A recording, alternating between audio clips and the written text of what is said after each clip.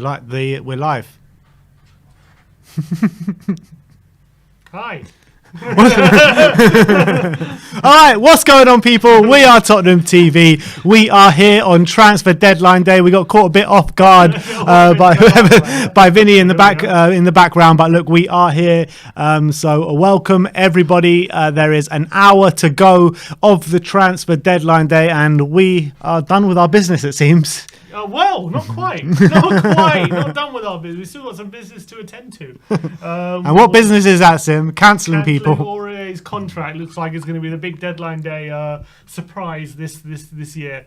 So not getting any more incomings, but Aurier looks like his contract's going to be cancelled, and we're going to get him out the door. Which I guess the only positive is that maybe he's not a great influence in the dressing room, that kind of stuff. So you don't really want him around. In terms of like paying his, says my mic's off apparently. It's apparent. So according to like signing contracts and stuff like that, or paying wages, is it off? No, it's good now. All right. So for Aurier, it doesn't really make a difference when it comes to paying wages, because if you're cancelling the contract, unless if you're cancelling contract, unless it's Aurier cancelling it, you're going to have to pay him off. So It doesn't really make too much of a difference. It's about getting him out of the dressing room. Yeah, it is. But look, we've got. I want to assess the transfer window. I want to see what you guys think out there. But before we do that, we have made a signing today. We have in Emerson Royale, Royal joining Tottenham. Definitely. But look, it's a position that we very much needed. It's a position that I've been banging about all summer. And I think it's a step in the right direction. I think when you look at what he can bring to the team, I've spoken to a few people, and the Euro expert as well on Twitter was banging on about him, saying how he was one of the best fullbacks in Serie A last year, playing La Liga, playing for Real Betis.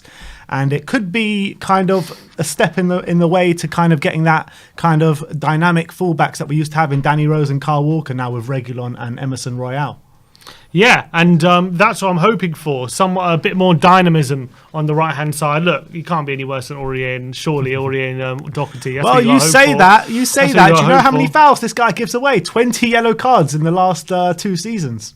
So, doesn't mean he's bad. Romero gets a lot of yellow cards. He just got Serie A Defender of the Year. So, true. Doesn't mean just because you got yellows. Sergio Ramos is widely known as one of the best centre backs of all time, and gets so many red cards. Yeah. In a way, when you forwards, because it means like you don't care about getting a card. You're like willing to like take them out or something like that. So it can play physical.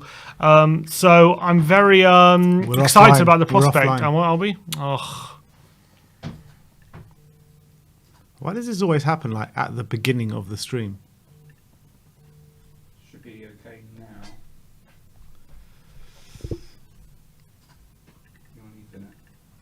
Are we back up?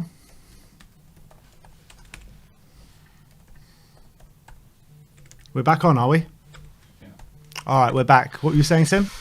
Yeah, so when it comes to Emerson, hopefully we can kind of mould him. Whereas with someone like Aurier, we got him a bit later, like 25, 26 years of age, and we're getting him at an age where you can develop him. And hopefully under Nuno, who's done a very good job with fullbacks previously, a bit like Pochettino as well, hopefully he can mould him into his own style, and he can bring him on, develop him. And I think hopefully we can have someone who can kind of be a very good asset for us on the right-hand side, and a big improvement on someone like Aurier and Doherty. I know, as you say, he gets a lot of yellow cards, makes a lot of fouls.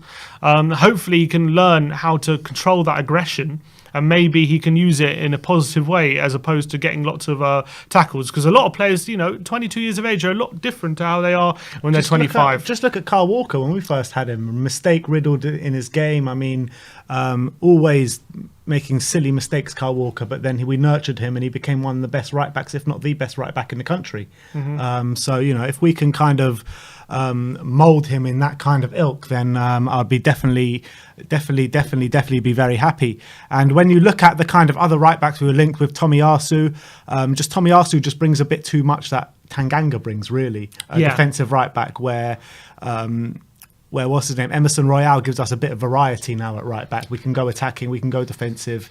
And I've heard he's good defensively, and I also heard going forward, apparently he can still improve. But you know the numbers he was getting: 4 goals and 10 assists over the last couple of seasons for Betis, for right back for a mid-table team in La Liga. That's not terrible. It's not bad, and at a young age as well. Coming into the team, you know, he's 22 now, so at 20 years of age, coming to the team at a young age and doing that kind of stuff.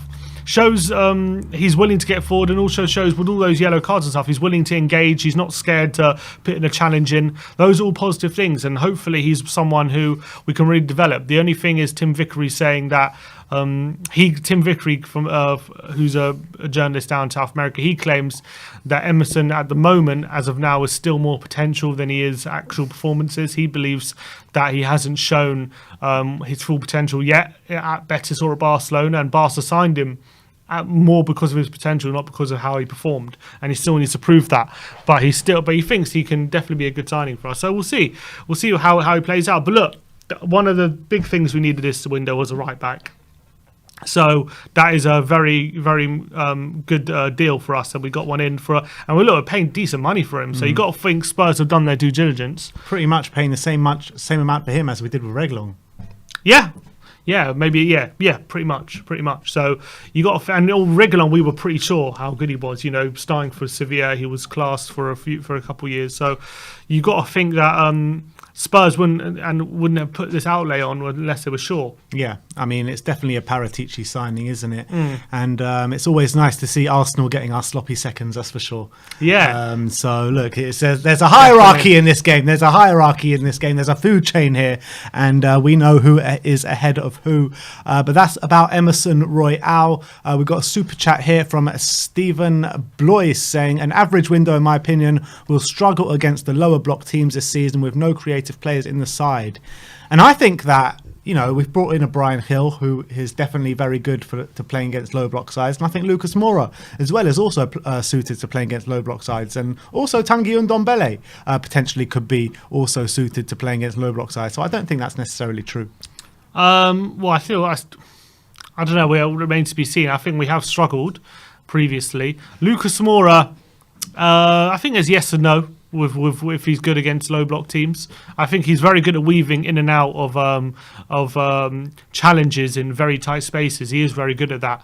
But whether having Lucas Moura will help us break teams down like that, I don't think necessarily he's been consistently good at that in his time. He at hasn't Tottenham. been consistently good at anything, really. So I wouldn't say just you want someone with a bit of creativity and goal and an eye for a pass in and around the final third. And what actually impressed me a lot is, I don't even remember, I know it was only Passos, but that little pass from Lo Celso right at the end of the game through to Son, that way of pass on the edge of the box that got Son through, and obviously he didn't score, but that's exactly the kind of guile we need. And maybe Lo Celso could hopefully develop into that kind of player if he can stay fit. And if he can stay away from bloody international duties at red list countries. No, that's also true. It's a real ridiculous situation. But yeah, that's the thing is with our squad, right? It's like on paper, like it's not like there are things that are there for us that aren't bad, but then it's like for example, on paper, Ndombele, great player, but he doesn't want to be here.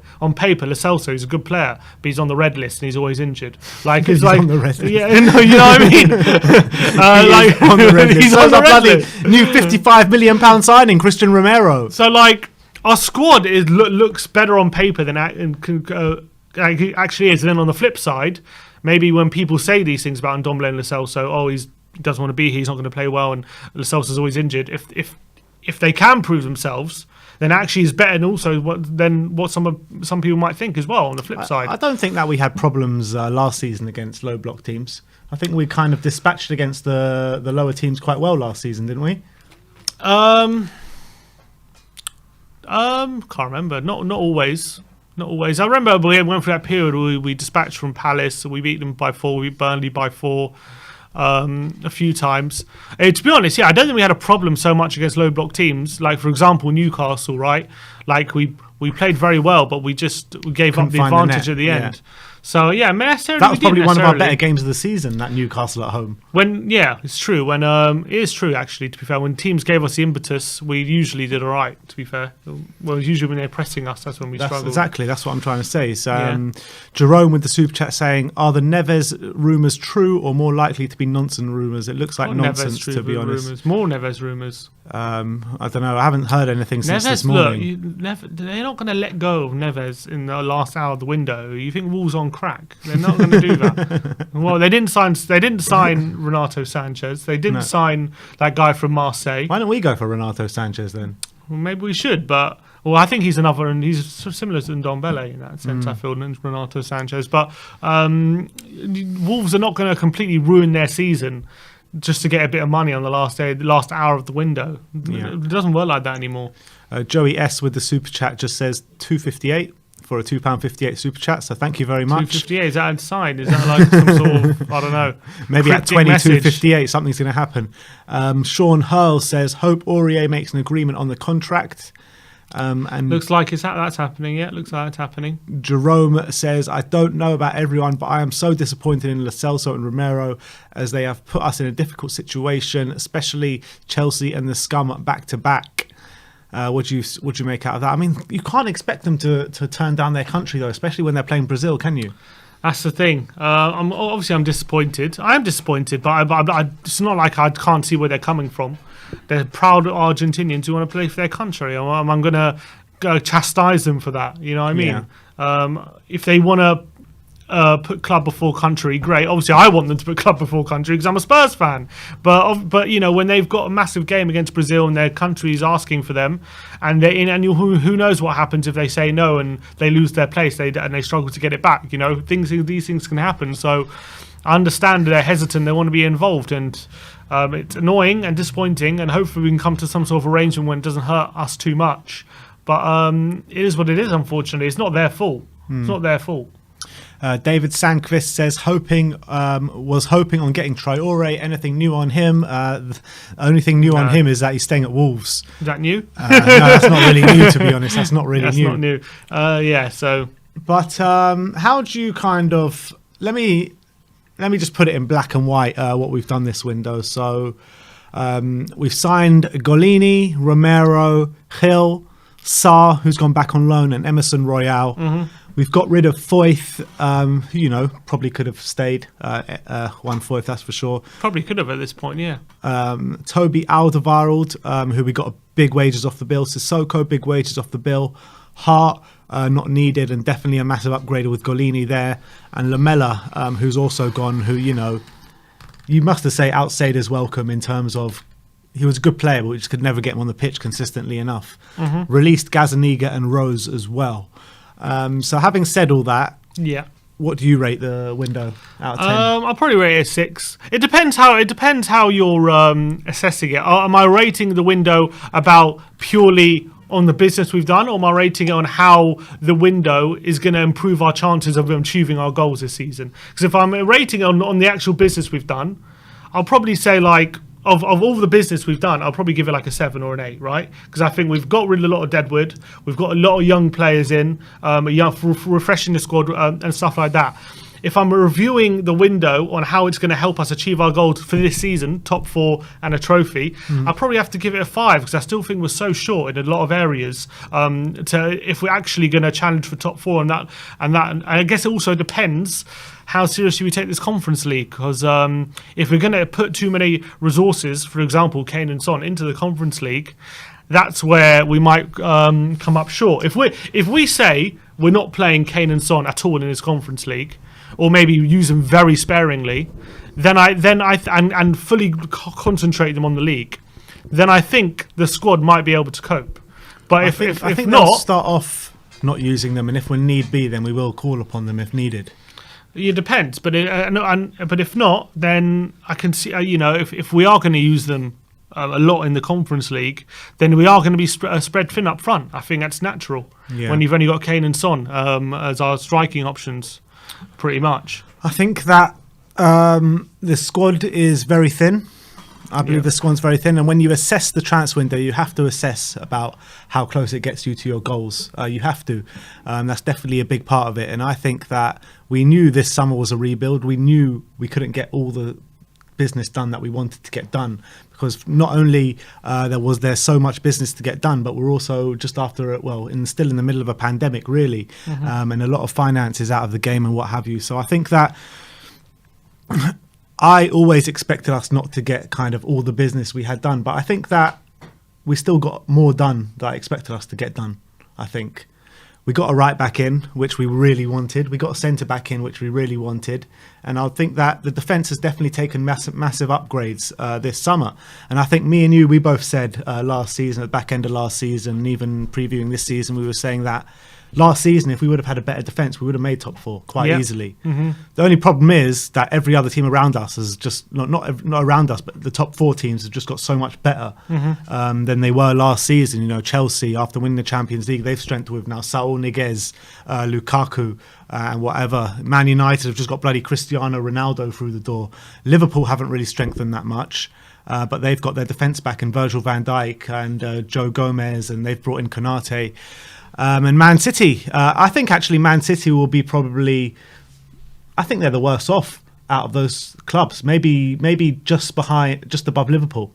I think Chelsea and Man United might be looking stronger than Man City right now. But in terms of Spurs, I would give it between a 5 and a 6.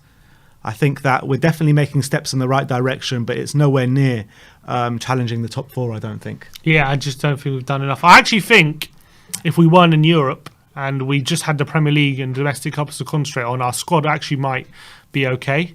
But I think being in Europe could be a detriment to us. I really believe that. Yeah, and we always need to plan for being in Europe, whether it be Conference League, whether it be Europa League, or whether it be Champions League. We always need a squad big enough to compete on all these fronts. I don't disagree with that, and that's where we could fall short. It depends. Look, a lot of things depend on. It depends on how Ndombele and Lo Celso in their third season at the club. If they turn things around and become very important players for us, then we could be a different animal. Right, we've obviously added Skip. If Brian Hill comes in and can make an impact, if Nuno can get more out of Bergwijn and Lucas, then and make up for the goals that Bale was getting, if they can make up for the goals Bale was getting, then we could maybe not be we can improve on how we were last season and stuff like that. But there's all ifs and buts. There's no sure things. And I think we're basically relying on Nuno's coaching to improve what we already have. That's the main thing. If Nuno could improve, not necessarily on what the signings he made, if he could improve what was already here to a level that can make us challenge, that is what's going to make us challenge, not these signings we've made. Yeah, definitely. I think you're 100% right there. And once again, going into a season with only one recognised striker. Yeah. Yeah, and last season we had Vinicius, who's just joined PSV, by the way. Yeah. And we don't even have that anymore. So there's going to be a lot of pressure on Kane. I'm hoping just save Kane for the Premier League, save him for the important games. That's what I would do. But but that's the thing. We're relying on him yet again. For no other season, and there's another season where he wanted to leave, and now he's got all that extra burden on him yet again, which he wouldn't have had at City. If Nuno can get Ndombele on side now he's stayed, I mean, how much of a plus would that be to us? I mean, that will take us up a whole another level, won't it? Of course it would, because he's a different animal. He's a different beast to what we have in the centre, and he can provide something absolutely. He can unique, feel that creative burden that we're missing at the moment. Yeah, and if we can marry that with the solid base that Nuno's got us so far, which clearly we're a lot more solid than we were last season, and aggressive and physical and these kind of things. And if we can marry that with a bit more guile, like with Ndombele in there, and fit the likes of Gil, and then have obviously you've got the killers like Kane and Son in there. We have seriously dangerous players here in the team. Like I honestly think an aggressive Tottenham with the likes of Kane and Son up front, a lot of teams won't want to play us. I really believe that. I think we're going to be a different beast than we were last season, where I feel like when we were sitting back a lot, I think a lot really of the game we're going to be. Yeah, I think teams aren't going to want to play us. We're going to be very difficult to play against. It's just, and also you got to say as well, Nuno's record against top teams for Wolves is encouraging. because if he can, if we can kind of build ourselves a system to beat low blocks and then have big. Oh, Alex Samuels is on. Well, I don't know what happened there. Sorry, you're online now, Alex. Apologies. Oh, he's you're back back on on again. He's back I don't on. know what's going on here. Everything all right? All right. He's back off again. What is going on today? I'm not sure what was going on there. A Sorry super about chat that. here from Anthony Canales. Thank you so much for the super chat. He doesn't leave a comment there, but big up yourself and big up Alex Samuels in the back as well. Shall we bring him on? Sure. I just want to say this piece of news actually from Sky Sports News saying Wolves rejected a 30 million bid from Tottenham earlier today, apparently, which fell well short of their 50 million For price Neves? tag. No, for Adama Traore. How much? Wolves rejected 30 million offer on Monday for Traore, and Spurs didn't return with an improved bid today.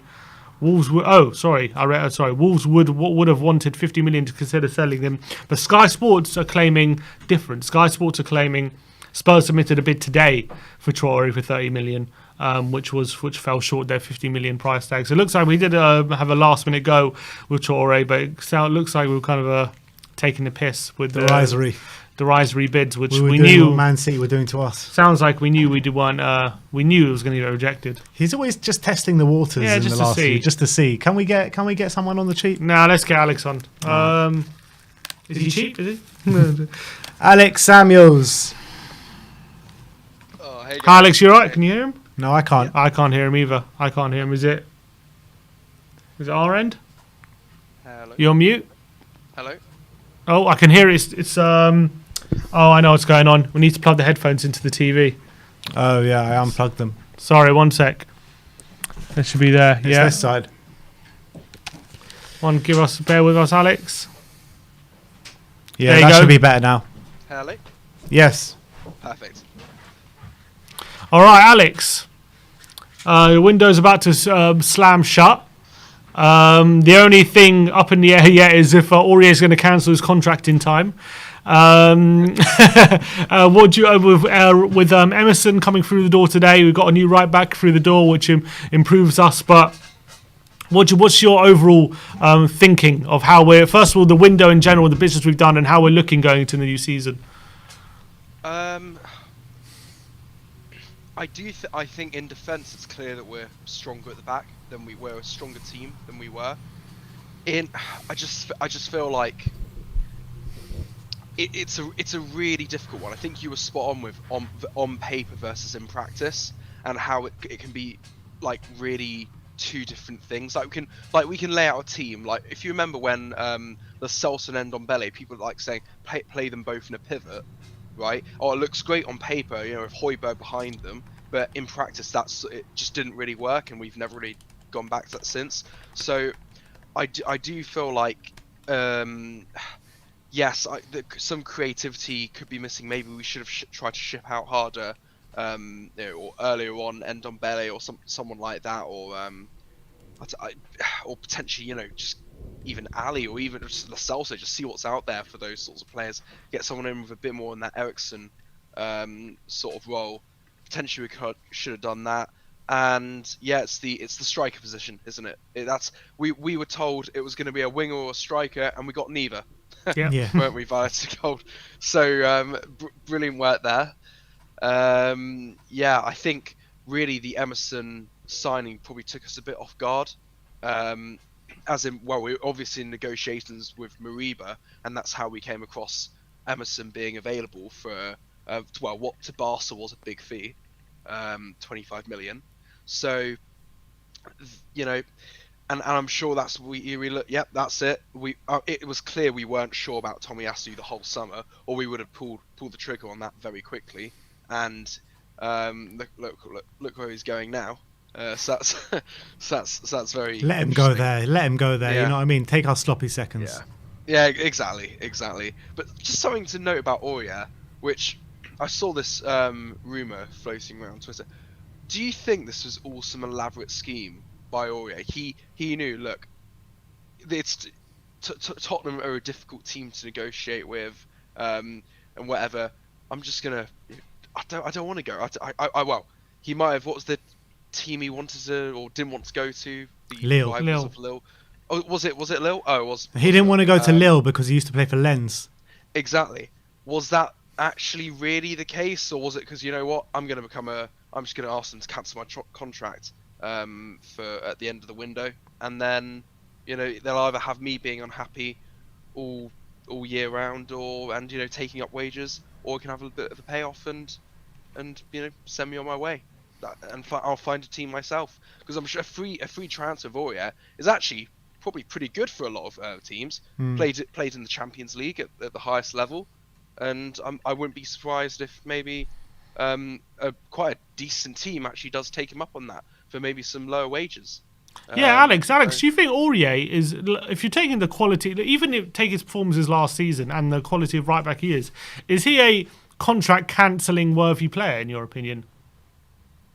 No, I think he's probably like a 12, 15 million pound player, really. In if he had 3 years left in his deal, or something like that. I really think so, and that's why I think it's a shame it's come to this. That really we are gonna. Well, it seems like we're gonna cancel his contract, but we do have too many right backs. This is the situation now, isn't it? Unless you want to move Tanganga to the centre, or purely because of a administration issue of having too many right backs, which seems a shame for his development. If that's where you want to put him, then I suppose this is what really has to happen. But yeah, we spent, what was it, 24 million pounds on Aurier, I think, quite a few years back. The amount of years we got out of him, I suppose you could say it was a good investment. The actual quality we got, I'm not sure the argument would suffice in that front. So overall, I just think it's a shame, really, because I feel like if we had a few more years left, we could have actually got a really, really decent fee for him. Yeah, I agree with that, because we let it go down to his last year, I think, and also the fact he wanted to go. Seems as he wanted to leave. It meant he had to be the full guy of out of the right backs, because you know, if you're talking about quality of right back, I'd probably much more rather cancel Doherty's contract than Aurier. But unfortunately, because of that whole situation, is how it is. But yeah, look, with all the business we've done, we've obviously lowered the average age of the squad, with only Lloris now over 30, who's left in the squad. Is that right? Only Lloris? Only Lloris is over 30 now left. So I heard Sonny joking about he's like the second oldest. No, he's in the 29. Squad now. So yeah, he's up there. So how important is that? And is that worth enough credit that we've done that? Yeah, I mean, if you remember the season where we didn't sign anyone, the big thing was that age of squad is creeping up very, very quickly. So this was always a priority, and I think you guys are right that this was never ever going to be solved. The whole situation of our squad was never going to be solved in one window. That was unrealistic. It's not going to happen. Even I'd be surprised if we got a lot done this January, really, because you know just how January windows are. It's going to have to wait another year. So, you know, I think it's a very good move. Like, for example, Lamela for Kill, I think was absolutely a fantastic piece of business. I think absolutely brilliant, because you're swapping someone who doesn't really have, you know, that much of a future at the club, and has never really had that much of a impact at the club. You know, I know there's Lamela FC out there, but let's be real. Don't want them on my case. So, mate, three goals in the La Liga, mate, already. Oh yeah. To be fair, that is true. But yeah, I think that sort of business is brilliant, and that's what we've done, really. Bringing in also Sarr, who I think's gone really under the radar, perhaps. Throughout most of, not even Tottenham fans, I think other fans as well, for other clubs, haven't really realised about the quality of player that we've signed there. So yeah, I think it can only be viewed as a good thing, because it's not about that we have too young a squad, because we've got the experience in the squad, and that's what you do need. You know, we do have older players. We don't just have an extremely youthful squad. So I think we've got a good balance at the moment. But Alex, how far do you think we are from where we need to be challenging for that Champions League spot? We are incredibly far, and that's the most disappointing thing when you measure this window against, you know, our expectations of where Tottenham should be at. I think it's interesting because as a fan base, we really need to I think, and the club as a whole needs to really evaluate what Tottenham Football Club is and what our ambitions are. And we've been saying it for years now about, oh well, we should be a Champions League club aiming to win the title. Are we that? Because we can't match the investment of City, Chelsea, United. That's not going to happen. If Pochettino's best years at this club, and most of his years, when those clubs, and City for a year as well, were incredibly weak. They were their weakest, all of them at different times, and that was when our opportunity was to strike. And now we're probably in one of the strongest Premier Leagues I can think of in a long time, with so many teams strengthening and improving, and it becomes very difficult for us to compete on the same level as them. So with the I do appreciate we have actually invested in terms of pure monetary outlay, loan to buys included. We've invested a lot this summer, but I'm not sure that it's enough to compete. You see United bringing in Sancho, Varane, like all these players. Chelsea have done some phenomenal business, and we're just not there really with that. So I do think there is we really do need to think about what we're going to be doing in the future, how we're going to be viewing transfer winners, because I don't know. It's just I'm being very grim here, but it's just not very good look. To be honest. Well, I don't know if Alex, guys when know you what I look at the starting 11 though, I know like squad's thin, but if you look at our starting 11 going into the season, you got two world-class forwards in Son and Kane who anyone would fear, supplemented by the likes of Gil Bergwijn and Lucas as well. If Nuno can improve that solid defence, get us keeping clean sheets, get us really solid at the back like he seems to be doing, and add Romero into that, and adding Emerson into that as well. Don't forget Joey Rodon. And Joey Rodon. And then you got if he could get a tune out of Ndombele and Lo Celso, is there maybe some untapped potential in this squad which could maybe people could potentially sleep on? Oh my god, there is so much untapped potential in the squad, and that's the positives, isn't it? Mm-hmm. That because you have players like, especially in the midfield, Lo Celso, maybe less so Ndombele because we know what his intentions are. He thinks he should be at a different club, but Lo Celso, even Ali to an extent, because his new positioning, how he improves as a player, there's a lot there to work with. Kane's going to be here probably for just one more season, it seems. This is final season, so we're going to need to replace him next summer, which was going to be a whole lot of fun in itself.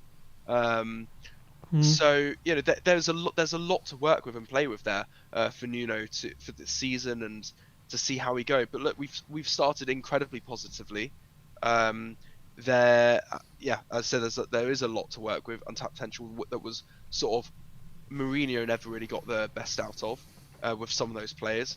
With some he did, some he didn't, and with what he didn't, there is a hell of a lot there. So of course there's positive and negatives. I was just before looking into maybe just the future and how it just, with the amount of money that other teams are spending, I'm not sure that we're going to be able to compete on a great front because they're looking so strong, and I don't see how with the overtime investment that is put into the club how we can compete with that at the moment. So it's almost like we need the top clubs to have like a few years off, like when we got to the top last time. That's what actually happened. Exactly. Man City dropped a bit. Chelsea had dropped a bit. I mean, they've all dropped a bit. I know Chelsea won the league. I know you say they dropped a bit, but they did. Man United dropped. No, they did. Liverpool But when we finished second in the league, Man United had just spent massive money on Paul Pogba. They just got Lukaku through the door. Like these all like things similar to what's happening now. But we were all still able to compete because of Pochettino. Yeah. So it's not necessarily just because they had dropped that we were able to compete. Well, I think we were able to compete in our own right. When you look at the points we got in for the last year at White Hart Lane, was it 86? Yeah. You know what I mean? That wouldn't have won the league in the past 4 years. Like you need like 90 plus points to win the league now. Yeah, but that's in the past 4 years, not in general. In the past 4 years, it's become extreme. That's what I'm saying. And it's still gonna stay like that for the next few years. The team Actually, last season, I don't think it was that. No, last season as well was an off year because the other teams didn't play as well. But Chelsea are back now. Liverpool have their defence back now. Man City have been on a kind of standard level for the past 3 or 4 years now, and Man United have just signed Varane and Ronaldo. So I mean, all these teams have massively improved, and I can't see us getting back to that 86-point level. But 86 points will get us Champions League at least. Yeah, it'll get us Champions League, I think. But yeah, I don't think we're going to get there at the moment as well. It's going to be a tough one. But also to think how we look at this Conference League could also be a big way into how the season goes. Because if we're playing Son and Kane in this Conference League, when instead of just putting them all their focus in the Premier League, maybe we can get more joy in that way. Yeah, I think that that's definitely something that we could be doing. But I'm not sure. Look, the Conference League, I know it was great finishing above Arsenal last year and whatever, but potentially after this season, with what could happen in the Conference League, potential injuries that we could get, maybe we would regret not potentially finishing not in the Conference League places, because the Europa League already has a blight enough on a team's season. That's been proven, especially the latter stages at the end of the season. It's very well documented how the Europa League does have a detrimental effect on teams' performances because of how the flight times back for matches and play Thursday to Sunday. It can be really, really tricky, and I feel like that's only going to be exacerbated with the Conference League, especially come the end of the season. So, I do worry a bit for them, but obviously we'll see how things are then. We'll see. We do have a January window, which I think we are definitely going to target a striker in January. Heard that one before. last January we were linked to every striker under the sun. In fairness, that is a very good point. We have definitely heard that one before. I remember that. That was the Bergwijn window, wasn't it? Yeah, it was when we had no Son, no Kane, and we had the desperate need for a striker. Willian Jose is coming. This one's coming. That one's coming. Oh my goodness! To be honest, we dodged a bullet with Willian Jose. He didn't really do it for Wolves, did he? No, he didn't. Didn't he get a transfer? I think he went for like under 10 million or something like that. Yeah, well. Yeah. But look, Alex, thank you so much for coming on. Before you go, just let everyone know your rating out of 10 for the transfer window. Yeah, same as this morning. I think it's a 6. Maybe, I suppose maybe because Aurier might be cancelling his contract, and that does free up the right back spot a bit. Maybe a 6.5, I suppose. Somewhere around there. Not really decided, but it's interesting. I wonder if people, I suppose last year in the summer, people reflected on that one really well, and then over the season things just gradually. People are like, it wasn't as good. It became people kind of, Doherty's not the best right back in the league. Oh shit! Exactly. So I do wonder. Teams have good bad windows. United, they said they had a terrible one last season. Actually, turn out and say some of their signings were pretty good. So these things do happen. We might be saying Emerson could be the best right back in the league in 6 months. He will be the best right back in the league in 6 months. He'll be the best right back in the league in 1 month. Don't do me a favour. I hope so. All right, Alex, pleasure, man, and we'll speak to you soon. Speak to you in a bit, Alex. See you. See ya. Bye bye. Before we get to the Super Chats, a bit more news from Get French Football News saying Serge Aurier is in talks with Qatari side Al Rayyan and a Russian club. And they would get them to pay us any money? And would like to terminate his contract with Tottenham.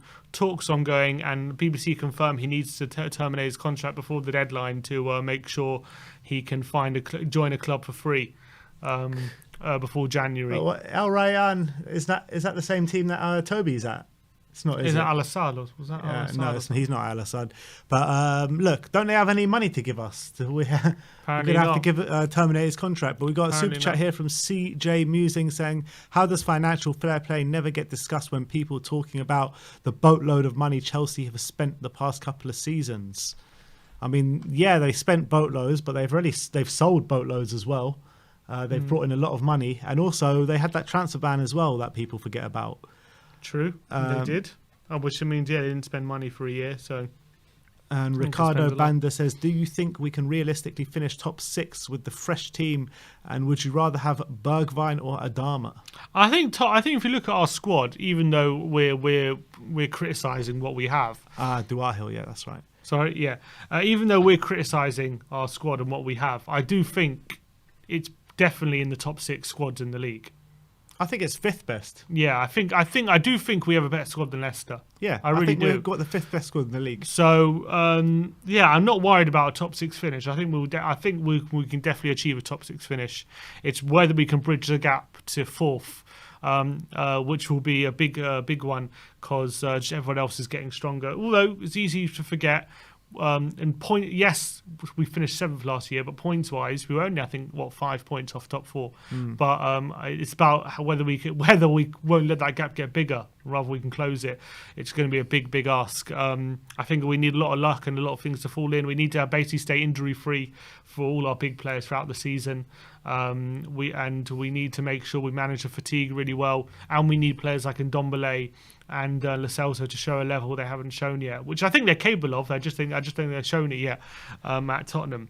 Yeah. So we need them. That's also something we need. So it's about all those things falling into place, and whether they do or not is a big ask. It's not saying it's impossible, but it's just unlikely.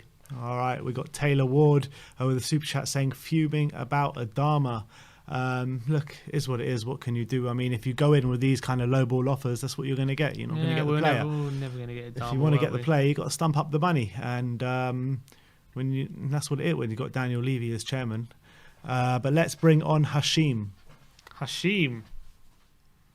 Yes, Yo. Hashim. How's it going, bro? Can you hear me? Can hear you loud and clear. How you doing? Cool. Yeah, I'm good. How are you? Yeah, good, thanks. So the window slams shut in just about 20 minutes. How do you kind of assess the transfer window? Well, Fabio Paratici, he knows Serie A in and out. Yeah. And he wasn't convinced by Tomiyasu, I guess, and he went to Arsenal, which is... I can see you got a big smile on your face about that. Yeah. I've been... I don't like Arsenal, obviously. I've been watching AFTV recently. It's been very entertaining over these past couple match weeks.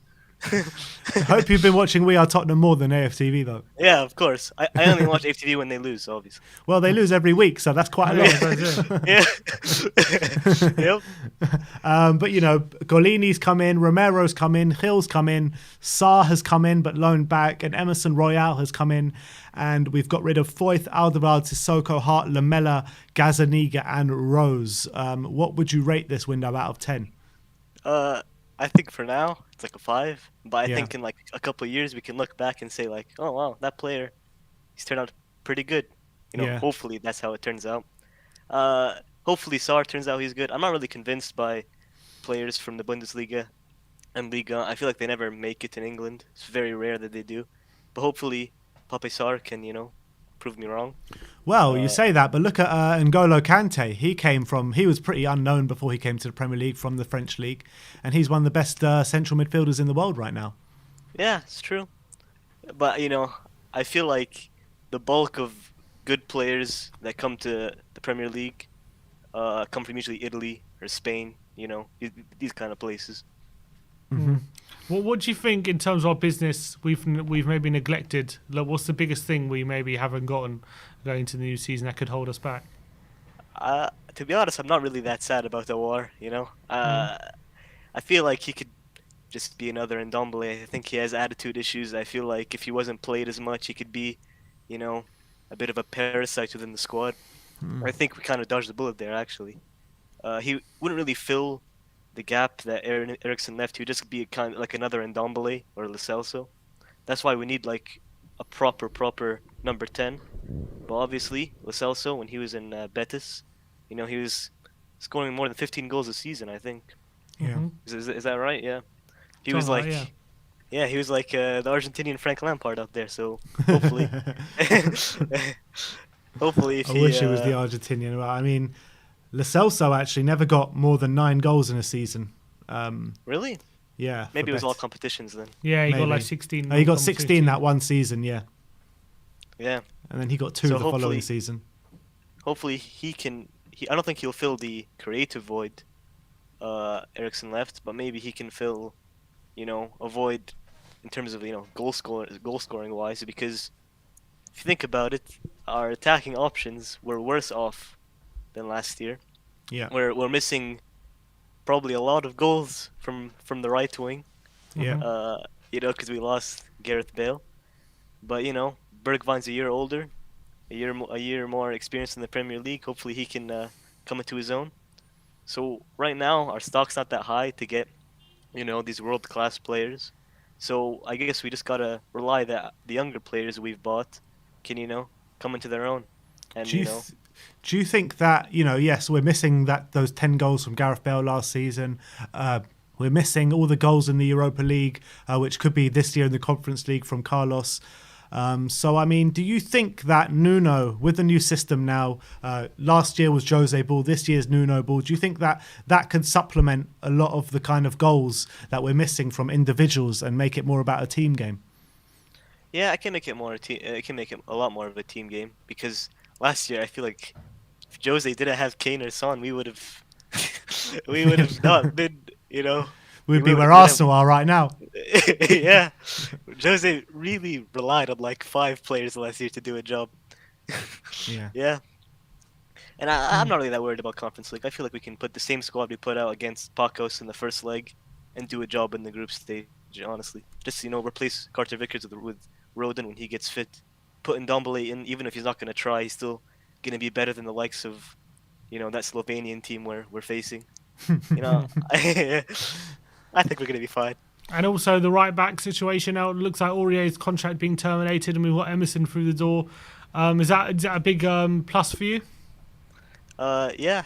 Obviously Serge Aurier never really he never really became the right back everyone thought he was going to be. Wherever he goes, I wish him the best. But I think Emerson, I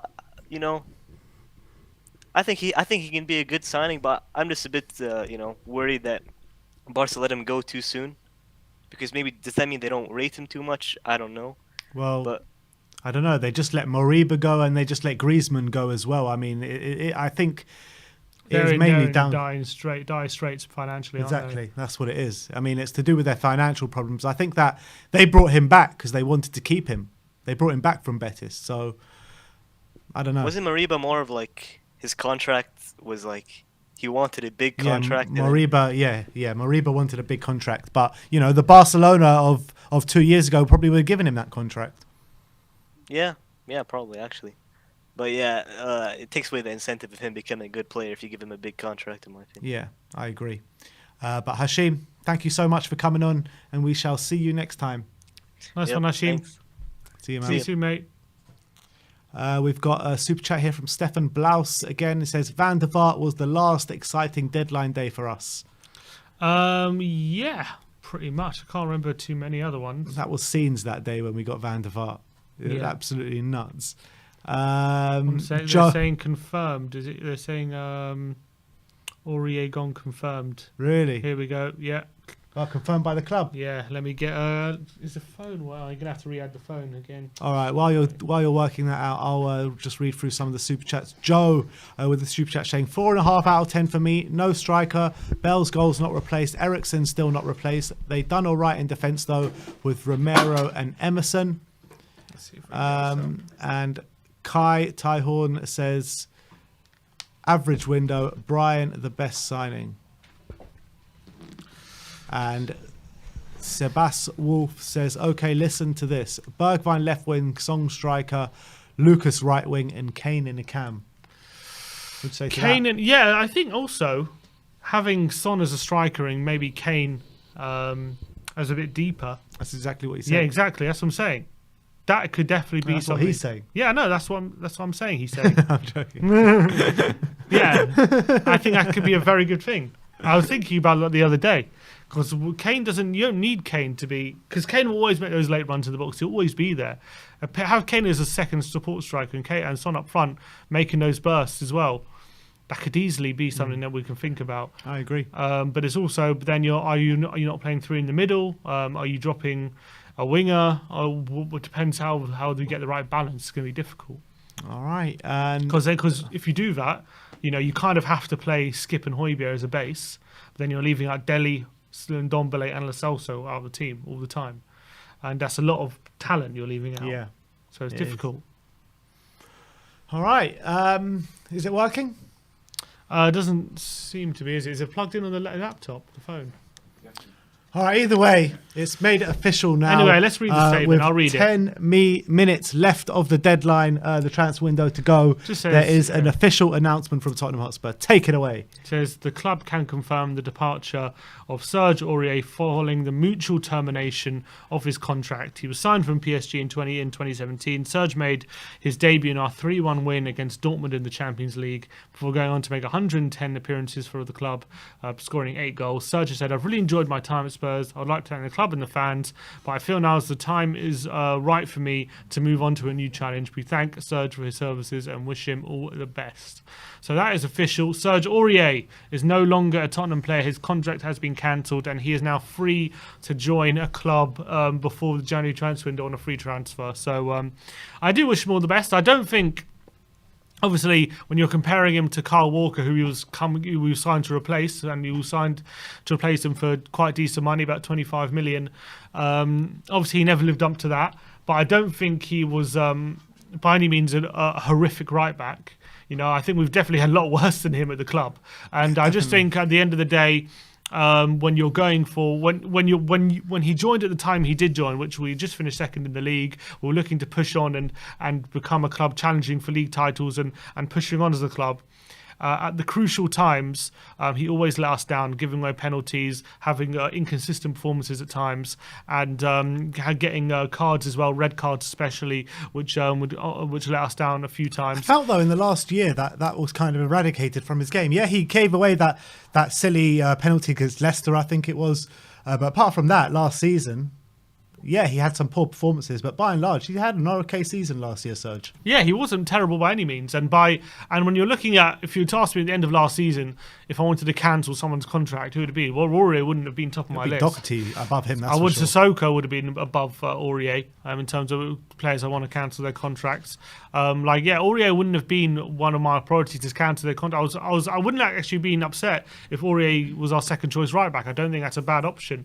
But unfortunately, because he had a year left, he wanted to leave, and because we wanted to get a fee for him, and also I kind of feel like maybe he's contributing to some sort of toxicity in the dressing room. Maybe that's something Nuno's looking at as well, to just try and get him out the dressing room. La Mafia need to be gone. All that kind of stuff.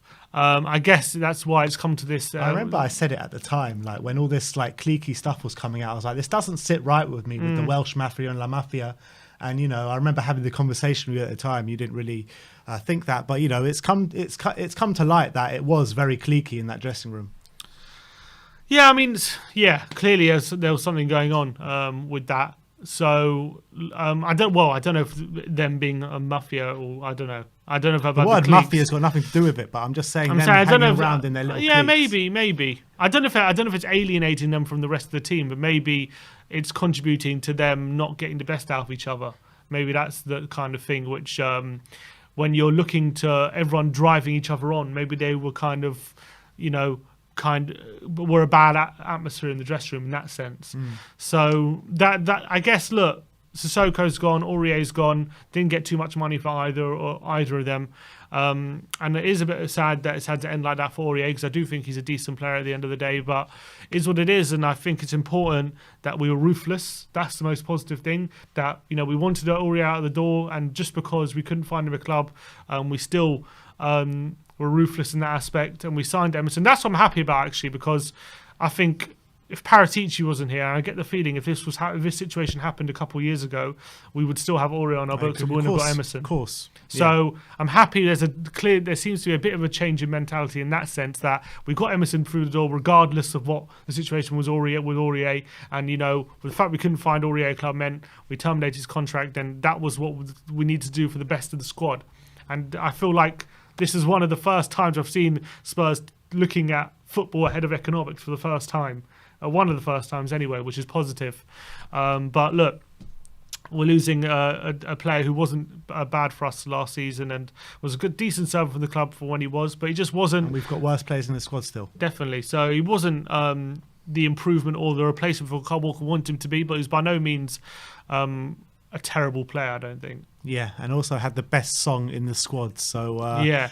we'll finish off with a final rendition just to say goodbye to Serge Aurier, and it was, he punched a copper in the nose. He had to Google Danny Rose. He hates Chelsea. He hates Chelsea. He hates Chelsea, and he hates Chelsea.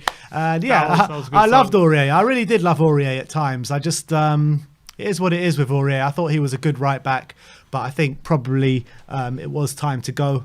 He didn't want to be there for the last couple of years. So we say thank you for your service and goodbye, and I wish him best of luck in the future, that's for sure. Yeah, I'm looking forward to Emerson now.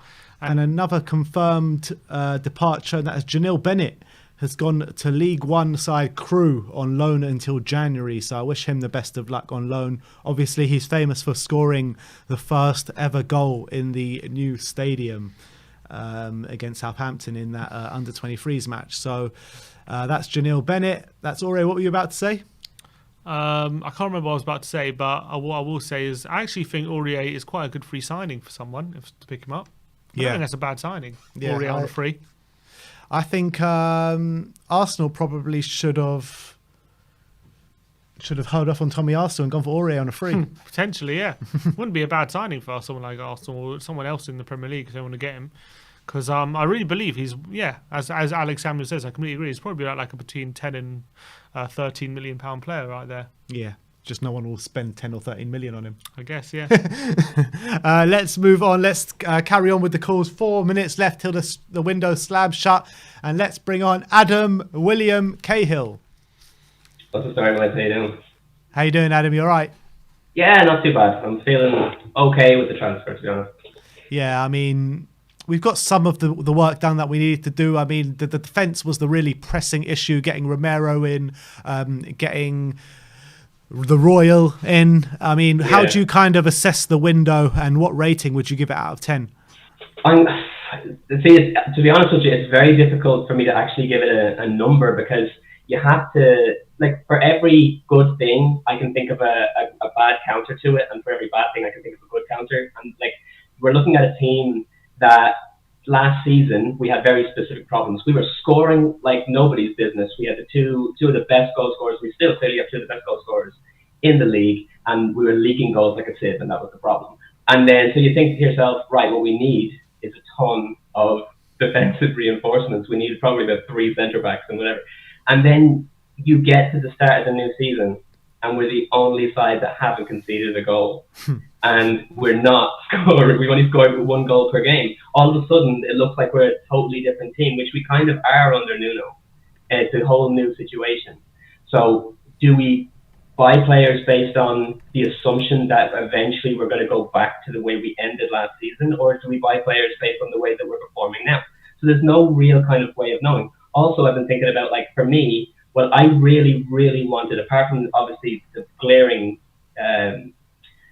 kind of vacuous nature of our defence, I really wanted to get a right winger in, because for me, you look at a team like Liverpool and you have Salah out on the right, you have Firmino, and you have Mane, right? And then you see that they're kind of drifting Firmino out of the team, and Joe Bajov is coming in to kind of fulfill his role.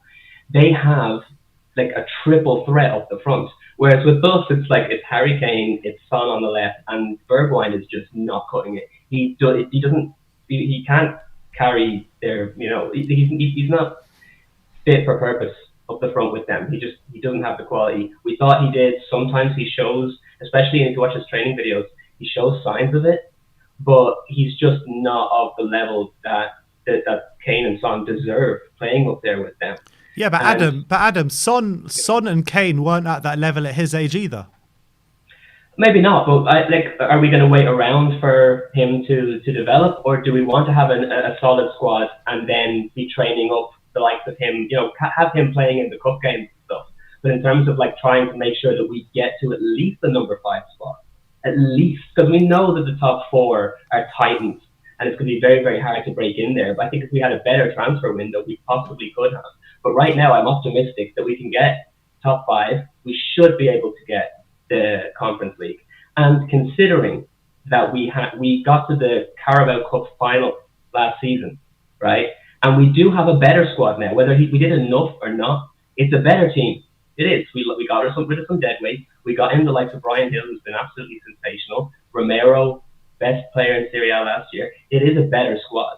So we should be able to challenge for the Carabao Cup, you know? So, like, we should be able to come away with silverware and 5th place minimum. But I really feel like if Nuno is going to stick with a 3 up front, and he may switch to it too. That's the other thing. That's why there's so many flip sides to this kind of, we don't know what he's going to do. So if we don't know what he's going to do, it's really hard to judge the window. But going on the fact that we have been playing with a 3, we need to, like, I don't think even Lucas Moura could play that position day in, day out. And I was hoping for someone to come in there. But again, what if he switches to a 2? I actually like the idea as well of maybe having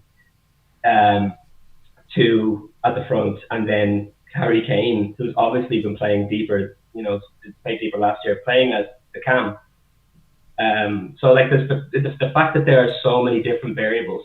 For me, I find it very hard to say, oh, this was a 4 or a 7 or a 5. You know what I mean? Because like we don't know what Nuno's going to do, and we seem to have different issues now again, you know, than we had at the end of last season anyway. Our defence is solid suddenly, and we haven't even played Romero in the Premier League yet. So yeah. Or Emerson, Emerson for that fact, who's our new right back as well.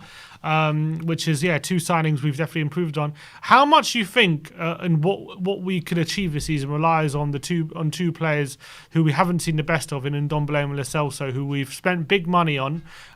We've had 2 years of both of them being in inconsistent form, showing flashes of brilliance, but also being out injured, or Ndombele saying he wants to leave the club.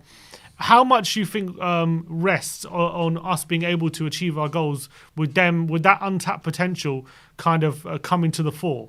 Do you think 100%? Yeah, do you think there's a lot of it? Because if we can see the real players in Ndombele and Lo Celso, maybe we can achieve a lot more than we think we can. I think the team we have at this moment, with Lo Celso and Ndombele not living up to their potential, can get the number 5 spot and silverware.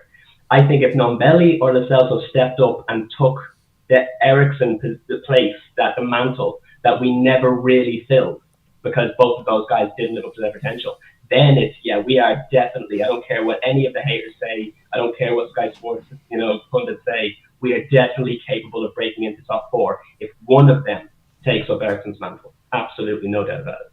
Because with Eriksen there, we were a team, like, think about the squad that went to the Champions League final. It's not as though we're so different from that now. It's not that, but the crucial element is him, realistically, And so if we did, we know how much potential Lo Celso and Ndombele have. They're absolutely incredible in terms of what, if you look at the moments of skill, especially Ndombele. Bale didn't say he was like, he said he was like Ronaldinho, right? Mm-hmm. He compared him to Ronaldinho. That's one heck of a compliment coming from someone like him. If Nuno can work his magic and get the best out of Ndombele, I can't see any reason why we won't break into top 4. And I might just be me being optimistic, but we need some optimists around here. We need some optimists around here. Love it. But Adam, let's see how it plays out, man. Let's see how it plays out now. I mean, a long wait now till the next Spurs game with international break, but we got a long time to digest, and can't wait for the football to come back now. But Adam, thanks a lot for coming on, and we'll see you next time. Cheers, mate. Cheers, up the Spurs. Come on. Nice one. Come on. Chris Peters with the super chat saying, are we... Oh, what's going on here? I've just lost it. No, it says, are we getting like Arsenal letting players going for free? Bloody bad business. This should have been done early. Yeah, I mean, I get your point. What do you mean, are we getting like Arsenal? Because you know how they got rid of Ozil and Mustafi and all these players on free in January. He's claiming it's bad business, releasing them instead of. What does he expect us to do? Aurier had 1 year left anyway. Yeah, it's a bit different, I guess, in that aspect. And they did it to a number of players. We just did one. Yeah. And look, let's obviously, in all honesty, getting rid of players, cancelling contracts for players who you've spent money on is never good business. But sometimes it needs to be done. I think it had probably needed to be done in Arsenal's situation. I wouldn't, from an Arsenal point of view, I wouldn't be celebrating the fact you did it because it means you fucked up basically so bad that you've had to cancel the contract of a player you spent 30 million on, which is never a good thing. But it's necessary sometimes. Yeah. I think with this Aurier situation, clearly Needs is must. yeah, he clearly he wasn't going to get play any minutes this season, and if he was going to be a bit of a toxic attitude in the dressing room and it can affect the players as well, then it's just better him out the club, unfortunately. And maybe, just maybe, with Sissoko and Aurier gone, maybe it could force Ndombele out of his comfort zone enough that he could fully integrate with the rest of the team. I don't know if he is or not. He seems to be happy with Son and stuff in training, and that kind of stuff. But maybe it could force him to not have to rely on them so much in different aspects, and maybe it could force him to come back into the team in that sense. All right, Benedict Campus with the super chat saying too many new players at once can be a negative. Yeah, I don't think we've agree. brought in too many though. Look, under different circumstances, we could be saying this was a great window. Like, for example, we had a window like this, Last season at White Hart Lane. yeah, exactly. Last season, White Hart Lane, you're probably saying, "Oh, it's been a great window. Like, we've done really well. We've signed like all some under the bits and pieces." Exactly. circumstances. But I think the reason why you can't say this has been a fantastic window is because the club have left themselves so much to do going into this window. We was kind of always set up to fail before the window started because we just had so much to do. It was never going to be able to get it all done. So it's pretty much the hierarchy's fault why we're in a position why it was pretty impossible to have a good window, but that's where we are. Joey S with the super chat saying standard ENIC window always what if. Well, always a what if. Yep, completely true. Completely true. That Always, always seems every to be the single case. window since I can remember is a what if moment. Yeah, and I think but there have been windows where we've had a lot less to do than these kind of windows, right? There have been windows where we've only needed one or two things and we still haven't got that. It's kind of like whatever it is, even if it's like a massive shopping list or just like a couple big things we need, we always get let down somewhere. And as I say, the business we have actually done in terms of the transfers we made is not bad business. It's just the squad that we've been left with going into the season is not enough for what we need, and that's the reality. All right, let's keep going. The transfer window is slammed shut, by the way. Yeah, it's closed. 7 minutes ago. Were there any last-minute transfers or anything from anyone? Let's just go take a quick check on Fabrizio Romano. Salomon Rondon joined Everton. Yes, Salmon Rondon's joined Everton. What, is that the Rondon that used to be That at... is the Rondon. Newcastle and West Brom. Yeah, he's joined Everton. Yeah, well, Benitez was his old manager at Newcastle. I don't think that's a bad signing, personally. I don't mind Rondon. I think Rondon's a decent player. I actually don't mind Rondon. What's this? Alistair Gold says the transfer window is closed in England, but understand Spurs are working on a potential move to Scotland for Carter Vickers, and they have 1 extra hour as the Scotland window closes at midnight. So I'm guessing that's Celtic. Maybe Carter Vickers could still be going over to Celtic. And there's a bit of conflicting reports when it comes to the Griezmann and Saul deals, interestingly enough. Romano says the paperwork has to be done before the deadline to go through for the both, otherwise both deals are going to collapse. But Sky Sports are claiming they can put in an extension and that they'll have a bit of time. But Romano says the extension doesn't apply with these deals. So interesting to see what happens if both those deals go through. So it could be the Saul deal to Chelsea could be on the brink of collapse. Oh, really? Potentially. Wow. We'll see. All right, let's have a warm welcome back to the channel to Ashley Chanel. Let's bring him on. Ashley, how you doing, mate? Oh, Ashley? Is he there? Yeah, not bad. Can you hear me? There we can hear you, mate. How you doing? Loud and clear. How are you? Yeah, I'm here. Can you hear me? Yeah, I was a bit worried if you could hear me, but yeah, thanks for that. It's been a long time. I'm going to start with positives, I think. Yeah, go on. Take it away. I'm happy that Nuno's come in. I'm glad. I like Nuno.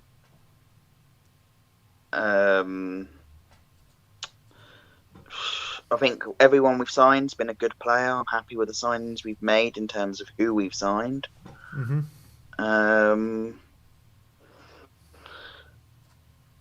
Other than that, it's hard to find any positives. So. That didn't take very long, did it? Actually, I thought you had a whole long list of positives, actually. Bloody hell. No, I don't blame you, but yeah, it's just funny. And negatives?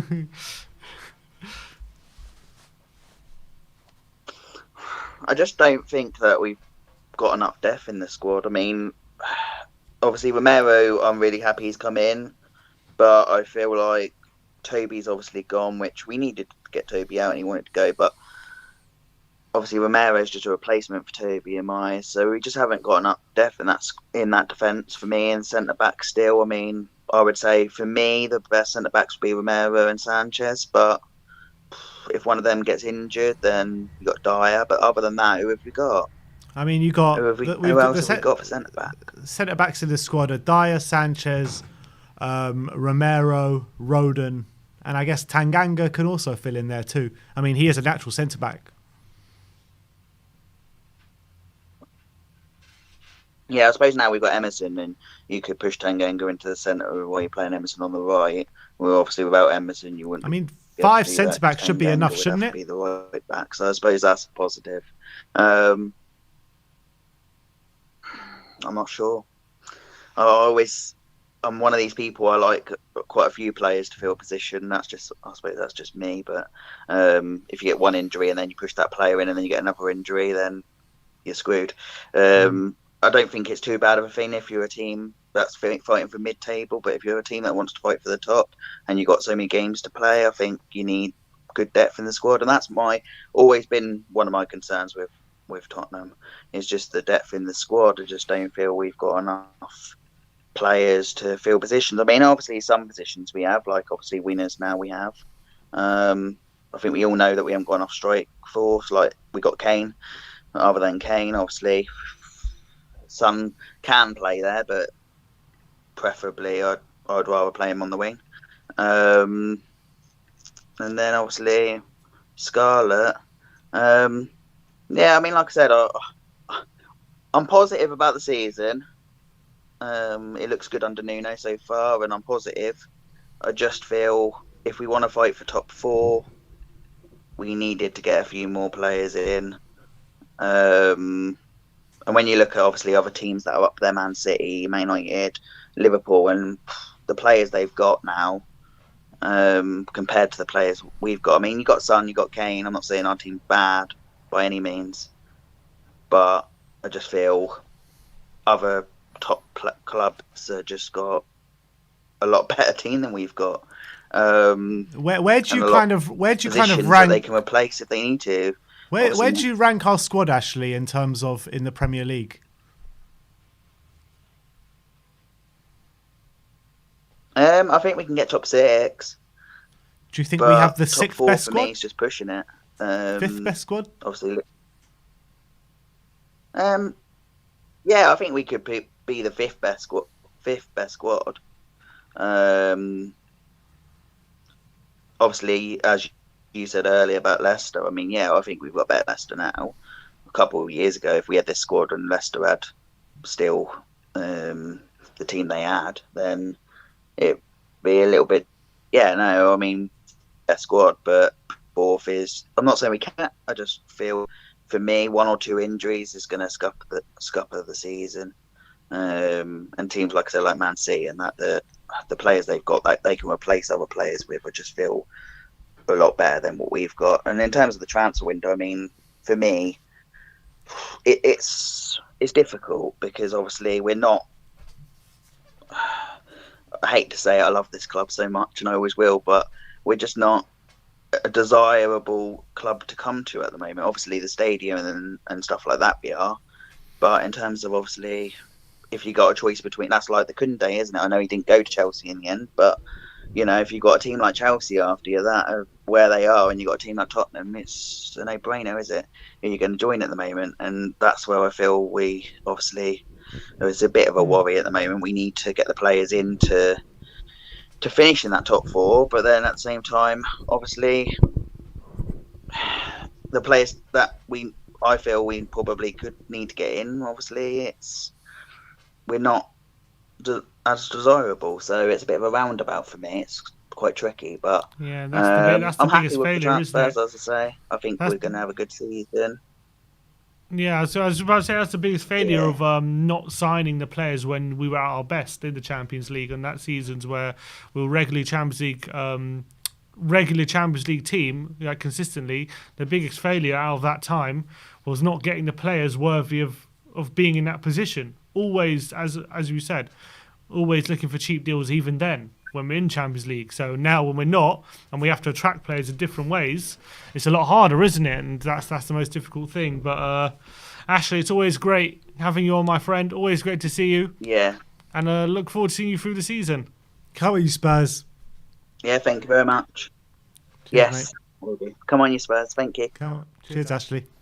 Got a super chat here from Hard Pass Sports Podcast. Big up, you guys. Says, we can't do it all in one window. I think we go back in for Adama in January. I really I think this means I really like Hill and thinking of the future with Pape. Also love the Romero signing. Yeah, look, I like all those signings. Me too. I do like those signings. And it's true, we can't do it all in one window. He's absolutely right, but we shouldn't have to do it all in one window. We shouldn't be in a position where we have so much to do all in one window, and that's all the failing of the fault. board. Yeah, exactly. That's all the fault of the management and of the club right at the top. Unfortunately, exactly. And Daniel Levy can be all proud. Yeah, look, I kept Harry Kane. I signed 55 million for you on a centre back. I got you a right back from Barcelona. But, it's his fault why Harry Kane wants to leave this club in the first place. And we needed to kick on when we had the opportunity to. And now we're just lagging behind massively.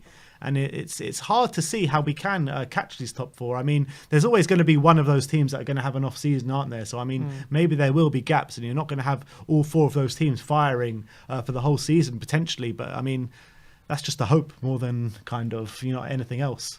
Yeah, I agree. Apparently the Griezmann deal has in fact collapsed. Really? At the final hour. Wow. Apparently. That's what people are reporting at the moment, which could have bad full domino effect with the Chelsea Saul deal if that happens. If Atletico don't get Griezmann, apparently Saul won't be let go. I thought you said Saul fell apart already anyway. No, I'm saying they're linked. Okay. I said before as well, the Griezmann and Saul deals. I see. Okay. Let's bring on the Irish Hotspur. Come on, people. Yes, Dave, how's it going, mate? How you lads? How you keeping? I'm all good. Nice to see you, David. Sorry for taking your late night slot. No, look, do you know what? Today's my day where I chill out, to be honest with you, lad. Just happens deadline day fell on it, so it is what it is. I'll be back tomorrow for an Ireland watch along. Not that it's gonna, do me any good, my health any good, but I'll be doing an Ireland. Who are you playing? I hope you're not playing Luxembourg again. No, lad, we're playing Portugal away. Oh, bloody hell! Good luck. Has Matt Doherty been called up? Yeah. Look, I just have to endure him for that little bit longer. But in terms of the window, I mean, I don't need to tell you what we've done this window. You know full well. I mean, how do you kind of rate this window out of 10? How do you assess lads? I'm actually going to give it a 6, to be honest with you. Look, when I look at it from a realistic point of view, if you look back where we were only back in June, with the squad we had, the players, that we needed to get rid of, you look like with the manager situation and everything else, and being in the Conference League, you kind of have to adjust who you like. Past all the anger of last season, you have to sit there and realistically think about who you can get in. Look, I thought we pulled a masterstroke getting Romero in 55 million. This was a guy that Lionel Messi was trying to pull strings to get to Barcelona. Toby, look, as good as of a servant he was, and thank you so much, Toby, but he was getting on. He was 33. He was starting to make a few mistakes that you probably wouldn't have seen. He was starting to slow down a little bit. So we replaced him with Romero. You're talking about 6, 7, 8 years. And for me, look, Romero's a sure thing. He is going to be a sure thing for Tottenham. You look at the keeper situation. Look, beyond Lloris has 1 year left on his contract. Beyond Lloris now we have Galini, which doesn't have to be paid for another 2 years. And by the way, Romero's not being paid till next summer either. So the way they structure the deals is good. This market was always going to be a very, very difficult market to negotiate.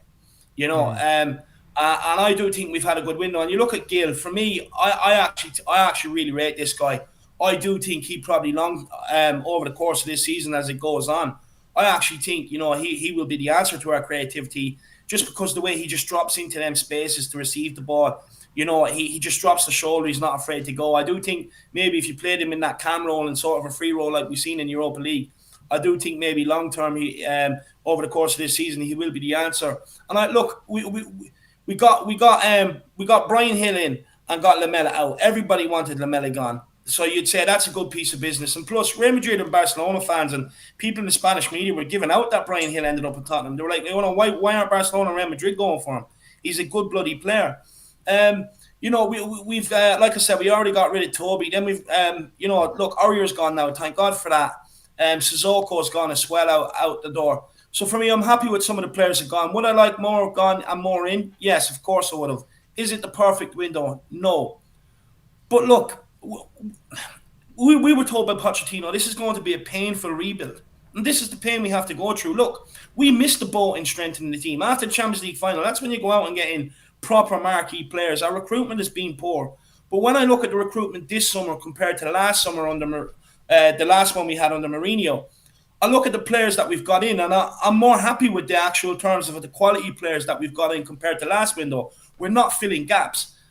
Look, the striker situation. Look, I would like another striker in. Don't get me wrong, I really would. But the thing is, if we can't get what we want, why settle for second best? Why didn't we go for Odison Edouard? I mean, 15 million for him. That's who we should be going for. Yeah, look, I would have went for him. Personally. I don't think he should have ended up Palace. We should have went for him. That one is disappointing. But look, if they can't get the players that they want to get in, that maybe Paratici has identified that he sees taking Tottenham into this new era. But then I'm happy with it. I don't want someone like a Vinicius just coming in on loan and playing in the likes of Europa Conference League. Look, we have Dane Scarlett for that, and at some stage we have to give the guy a chance in them games. Because realistically, Vinicius didn't actually offer backup to Harry Kane. He was nowhere near the Premier League squad at all.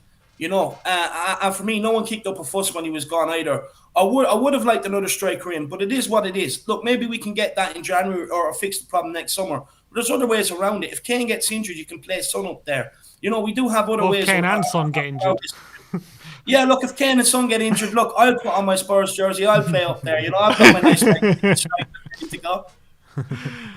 Yeah, I hear that. No, I understand what you're saying, but I feel like we just say that every year. Oh, if we can't get our first choice, then there's always a constant excuse of Spurs. Why aren't we having a decent list of strikers that we can kind of get? I thought Paratici was this guy who had 10 players who's negotiating for. I don't know what happened to that. We only heard of 2 strikers, didn't we? Vlahovic and Martinez. Yeah, I don't know what happened to anyone else apart from that. But in terms of going into the season, David, looking at our squad, do you think the only way we can achieve our goals is not necessarily looking at the squad on paper and hoping? It's just more hoping Nuno can get the likes of players who are already there. Like, for example, Ndombele, Lo Celso, Bergwijn, Lucas. If he can get more goals and more output out of those 4 players, then maybe that's how we can overcome our shortcomings. Do you reckon that's something to be looked at?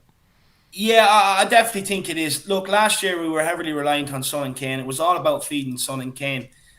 Look, with Nuno, hopefully he can work a bit of magic. Look, Lucas had a very good preseason. Okay, he was poor against Wolves. But look, hopefully, he can pick back up where he left off. Look, for me, we are kind of hoping that Bergwijn picks up, Lucas picks up. You're hoping that maybe Galini can chip in with a few. The midfielders maybe can chip in with a few more like they have done. But look, goals was never our problem. Goals was never scoring our problem. The defence was our problem. And for me, look, Emerson Royale coming in as a defensive right back, I think is a masterstroke. It is an absolute masterstroke for me. I think it's a very, very good deal. Because now we have that defensive option in Tanganga and that attacking option in Emerson. I'm sure he will help out in the goal department. He had a few assists for Real Betis last year, and he is a very attacking fullback. But for me, look, Nuno can jig the system as well. Along with Nuno's tactics, he can jig the system to get more goals out of this team. But look, lads, the great Sir Alex Ferguson once said, defences win your leagues And for us, look, defence was our major problem last year. We were scoring goals, we just couldn't keep them out. And for me, look, we've improved that. And if we can keep more out than what we let in, look, I think it'll be an improvement. We were only 5 points off top four last year. Look, Bar City getting in Jack Grealish, have they really strengthened? Have they really got that striker they need? I don't think so. And to me, I actually believe they might fall apart this year, along with Liverpool. I don't think they've done enough in the window either. Look, I just say to people out there, I get it. Everyone wants more. It is a bit of a disappointment that we didn't get really any marquee players in and all. I get it. But when you look at the situation we're in, how many times were we turned down by players because we weren't in Champions League football and that? But we still got some good deals over the line. And I think we just have to build on it now. We just have to build on it from here on out. You know, get this squad playing together, get the points, get back into the Europa League. Or, look, I still believe we can nick top four, but get back there and, you know, build on it from there. Because, look, we've already missed the boat. We've already missed the boat of improving. And we are where we are now. I think we just have to kind of accept it and, you know, build on it. And maybe, look, maybe lower expectations a little, just for a little while, until we see how this squad develops. Because look, it is what it is now. The window's closed. There's nothing we can do about it. Yeah, it's true. We had a lot of chats over this summer about Paratici. I mean, how much of a good job do you think, a good or bad job, has he done, and does he deserve his Don status? Do you know what? Maybe Don status is a little bit far. Sometimes I use it, but I'm just like, you know, I just do it for the fact. You know me. Look, maybe Don is a bit too far, but look, he has done a decent job. Look, Romero wouldn't have came in if he wasn't here. It's that simple. I don't think we would have got Galini on the deal we got him for if he wasn't here. We definitely wouldn't have got Brian Hill, Lamela included in the deal for Brian Hill if Paratici wasn't here. We've got Emerson from Barcelona if Paratici wasn't here. I doubt it. So if you look at them sort of signings, I think he's done a good job there. Look, we've also got rid of some. We've got rid of Mr. Cricket, the guy who organised the cricket address from Joe Hart, Bobo the Clown, Musa Sissole Train. You know, they're all gone. We're not relying. Aurier's going to be, or Doherty's going to be nowhere near the picture anymore. So, look, I do think there is a lot of positives. A lot of players that we actually had to rely on last year, even just to come off the bench to try and make an impact, they're nowhere near the team anymore. And, like, we have to remember as well, Skip coming in, Session coming in, they are like new signings. Skip has done an amazing job. Session, look, I have my doubts on the guy, but look, he is off the back of a hamstring injury. So let's see how he kicks on. But look, at some stage, we've bought all these players for a reason. And at some stage, we have to give some of these youngsters a chance. We have to give them a chance at some stage. So why not now? All right. Come on, David. Positivity, I like it. I like the positivity. We move. It's a long wait now without Spurs, but definitely, I'm going to say enjoy yourself tomorrow night on your watch along. I'll definitely be popping in, that's for sure. Oh, look, I'll definitely have to have something to relax before I go on. That's for sure, lads. But look, what I will say to everybody out there just before I go on, I know everyone's sick of listening to me, lads. But look, we don't have the money that City, that Chelsea have, that dirty oil money. We don't have it, right? So at the end of the day, we have to go about it a different way. If we can't accumulate the talent they're accumulating, why not build the biggest, leanest, meanest, aggressive football team we can get and just go at them? And that's what we're going to do this season. Everyone just have faith, get behind the team, loud and proud this season. The window's closed, and let's fucking give it a good go. Come on, you Spurs. Come on, you Spurs. Come on, you Spurs. Big up, David. Speak to you later, David, and up the Spurs.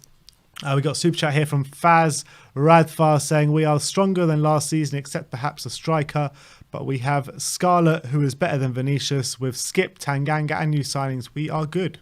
Apparently now it has changed. The situation's changed, and the Sal and Griezmann deals could still go through. Oh, really? Apparently, the Sol deal is set to go through, according to Sky. So we'll have to wait and see. This one's going to rumble on for a bit longer, it looks like. And it looks like Carter Vickers is going to Celtic on loan, which is weird because his contract's up next year. So it's going to be another option, is it?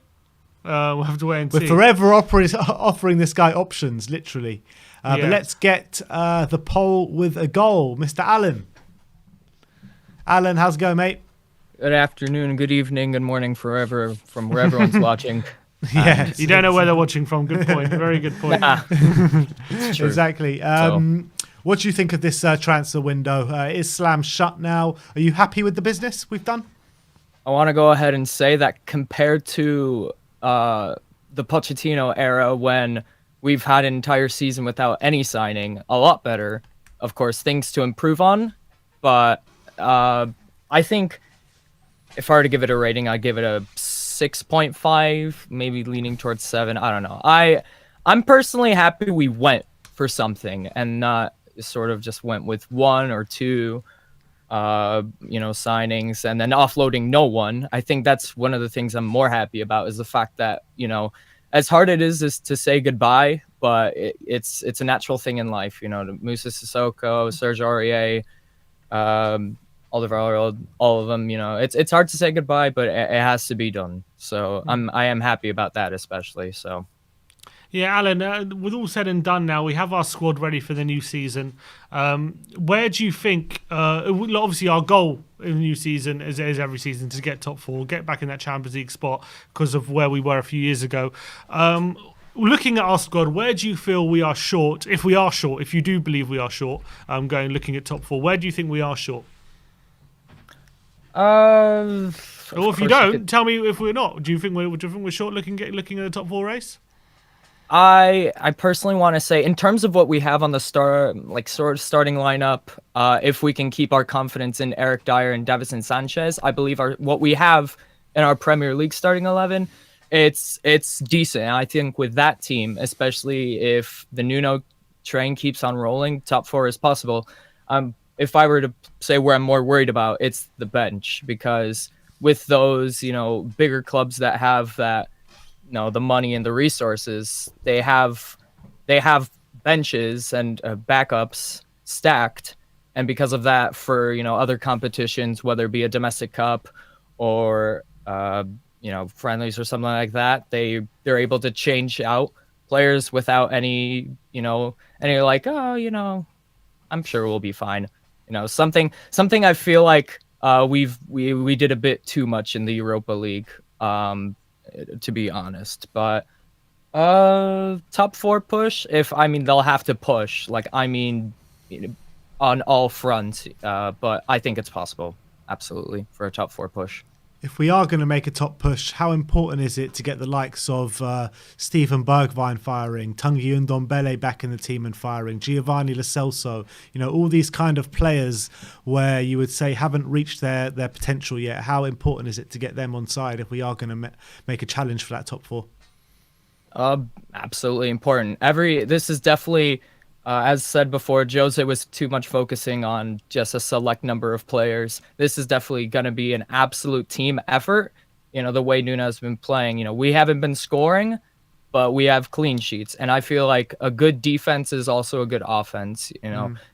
Possession doesn't really matter, how many shots. What's important is how many points in the end we take home, whether if it's just 1 goal or 2. So the team has to be just firing off all cylinders. So, like Stevie B, Lo Celso, Tanguy, those players, if they're not firing on all cylinders, then that top 4 push is going to be a problem, because comparing our squad with the likes of the other top 4 competitors, they're going to have to push absolutely past the limit. So if they're not going to be firing on all cylinders, it's gonna be a rough push. We gonna do it, Alan? I think it's possible. Optimism, lads. Optimism. I don't want possibilities. I want definites. Are we gonna do it? Are we gonna do it? You know what? Let's just say it. Yes. Let's go for it. Spinning his chest out. That's what I want to hear. That's what I want to hear. Let's do it. Alan, big up yourself. Thank you so much for coming on, and we'll speak to you next time. Nice to see you, Alan. Right. Thank you. Come on, you Spurs. Come on yourself. Come on. Super chat here from Joey S saying big bids for these players they know won't happen, but it makes them look ambitious. How many big players have we bidded for and never signed? Every time. Completely true. I really don't think the bid for Traore made us look ambitious. It just made us look like when it happens once or twice, this kind of thing, you can think, yeah, maybe there's a bit of ambition there. When it happens every single time, it's a tactic. Imagine offering 20 million below the asking price and then not even using that as a negotiation tactic. It's just we're offering, that's it. We're offering, you asked for 50, we're going to ask for 30. Okay, no. oh, that's it then. Like, you know, okay, 35. Like, no, look, just no. Daniel Levy. We're offering 20 million Daniel below Levy the has asking price, and that's it. Shame whatsoever. shame. No shame. And talking about no shame, Mr. Ben Davis FC, let's bring on Ariane. Ariane, how you doing, man? You all right? You must be relieved. You must be relieved the deadline day is gone. Come on, hold on. Wait, let's not get excited. January is still coming. All right. Okay. I want to ask you, Ariane, just before you get into it, has Don Paratici earned his Don status with this transfer window? I'm gonna say yes, because we don't know the resources he was given, and what we can know is the players he signed for every position last season. And what we had is, yeah, sure, you can say Hitchin and Levy were playing on a tight budget, and they made like, what was it, 7 signings, right? What they did was they looked at every position. They're like, okay, the objective is to get a player in every single position. And we got Doherty, Rodon, Hart, and you listen to my list. These are not good players. They're all right. They're fine. Like, they're there. But they're players. Allegedly. Right? Are they really... I mean, it kind of just seems like they were there to fill up like the numbers, you know? I feel it's so unfair putting Joey Rodon in a trio with Joe Hart and Matt Doherty. I'm just saying that because like they're the bottom 3. Okay, so who did we sign last season? We had Vinicius, who loan, we didn't get him. He was all right. Højbjerg, Reguilon. Højbjerg, of course, was great business. Højbjerg and Reguilon, great business. Okay, no question about it. But the rest was not great, yeah. And then Bale as well, yeah.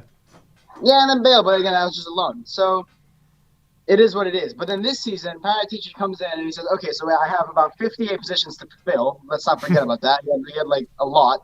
And he still comes in. He manages to get Lamela out, who we've been struggling to get out. Toby out, who we've been struggling to get out. Aurier just went out, who we just struggled to get out. Sissoko, we've been looking to get out.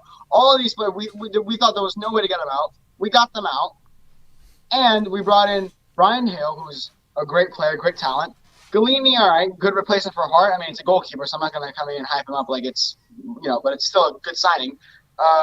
Christian Romero, I don't even think I have to say anything. Finally, the center back that we needed, all right, from Joaquim Anderson to Romero, let's not forget, okay? So this is why he gets the Don status, okay? And Emerson Royale. I think Emerson is going to be one of our most underrated signings. I rate the guy so highly. So highly. I think from Tomiyasu, it's a massive step up. I'm pretty sure it's around the same price anyway. So I'm very happy with him. And it was a 5th signing. Probably saw. I don't know that much about him. I'm not going to lie to you, but he looks really good on paper. So, but I'm not going to talk too much about it. But what we've done is we've taken these positions, and we haven't filled all of them like we did the other season. But the thing is, if you fill all of them with mediocre players, you're going to end up filling none of them because all those players are going to end up on the bench. Okay?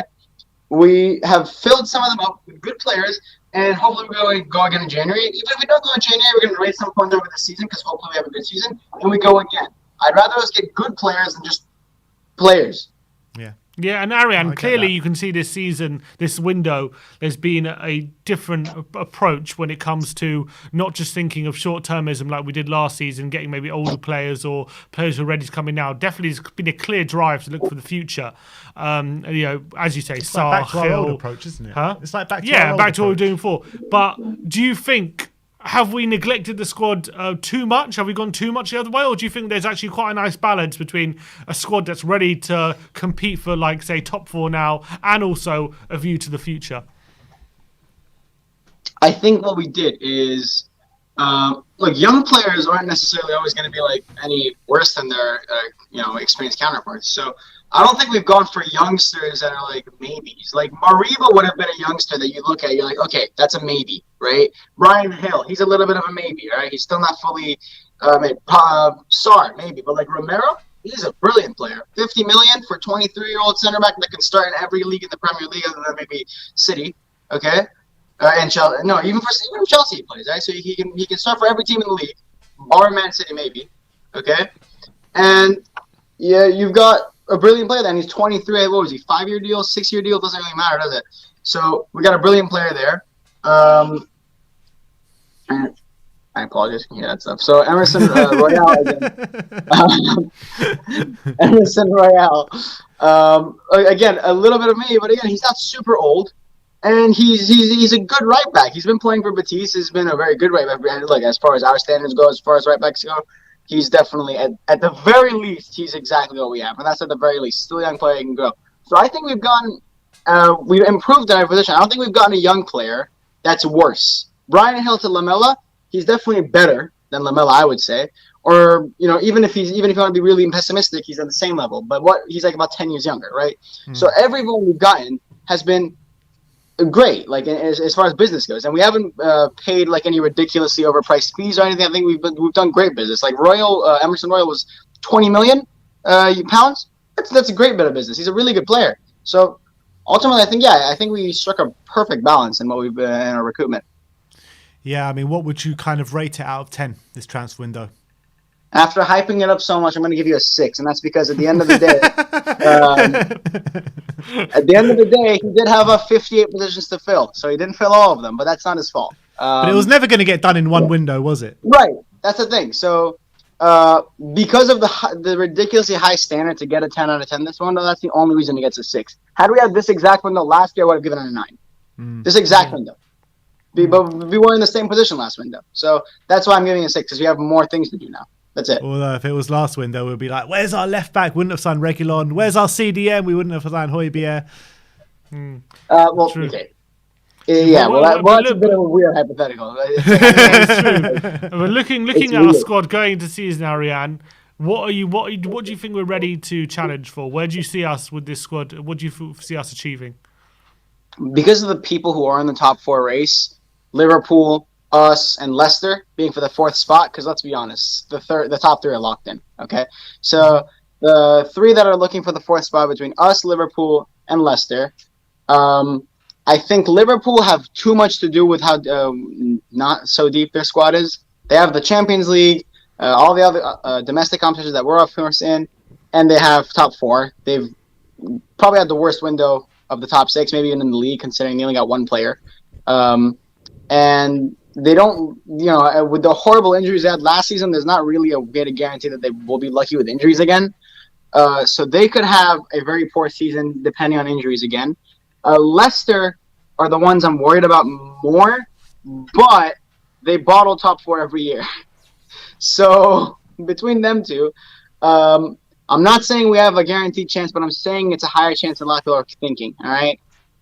Just because of the nature of Liverpool's team and Leicester's team, it's going to be close, a lot closer. But I think David said it. We were 5 points off top 4 last season. 5. We weren't like 15 points. We were on the brink of it. Had we not gotten that BS call against Newcastle and like capitulated against Aston Villa, that's top 4, right? Yeah, but we're 5 points behind Liverpool, right? Liverpool finished 4th last season. Is that right? That is correct. But so Liverpool finished 4th last season. Yeah, but Liverpool have massively improved because their whole defense was wiped out for the whole of last season. Okay, who's to say it won't get wiped out again? Well, yeah. They have no. Who's to say Kane and Son won't get wiped out? You know what I mean? That sounds sinister, Ariane. You sounding quite sinister. He's got his sniper ready. I was like, whoa, he knows something we don't.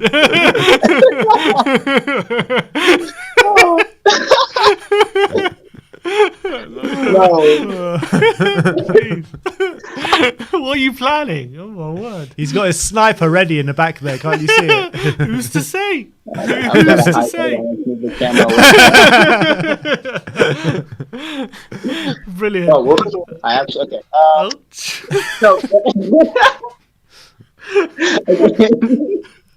okay.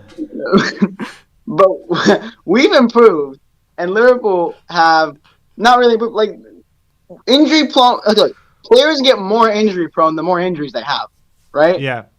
Especially when it's as big as like they had 2 center backs who had ACL injuries. Yeah. Right. And they might not even be back to the same caliber, right? Like what teams that Liverpool played that are a real challenge, other than Chelsea, which they drew, right? So, and Chelsea had 10 men. So, it's still iffy with them. We don't know what Liverpool side we're actually dealing with, and especially into the mid-season, depending on how unlucky they get with injuries. It might, and some of their attacking players are also not returning as much. Only Mo Salah seems to be up to it, and Diogo Jota. Like Sadio Mane does not look nearly the same player anymore. Firmino doesn't look like the same player anymore. They don't have a midfield Wijnaldum in it. Yeah. It's completely a different Liverpool. Even though the starting 11 looks similar, because of what happened last season, it's a different dynamic. So Leicester, with the signings they've made that rejuvenated their squad, I think I'm a bit more worried about them, honestly, than Liverpool, just because I don't really know what I'm dealing with Liverpool just yet. So depending on how those two teams go, we could have a very good chance at that top four.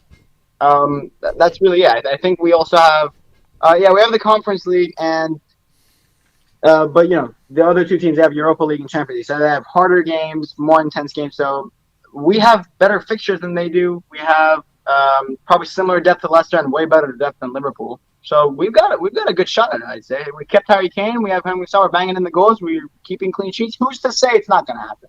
And how much? Not me, Ariane. Not me. How much do our chances depend on Ndombele and Lo Celso finding a level we haven't seen in the Spurs shirt yet for you? And do you think they're capable of doing it this season? I don't think our chances rely that much on them. I don't. I don't think they were in Nuno's plans to begin with. Maybe Lo Celso. I don't think Ndombele was in Nuno's plans at all. So I think he's going to have to maybe bring him in. And just because he wasn't in his plans, I think it's not going to influence it as much as a lot of people are making it.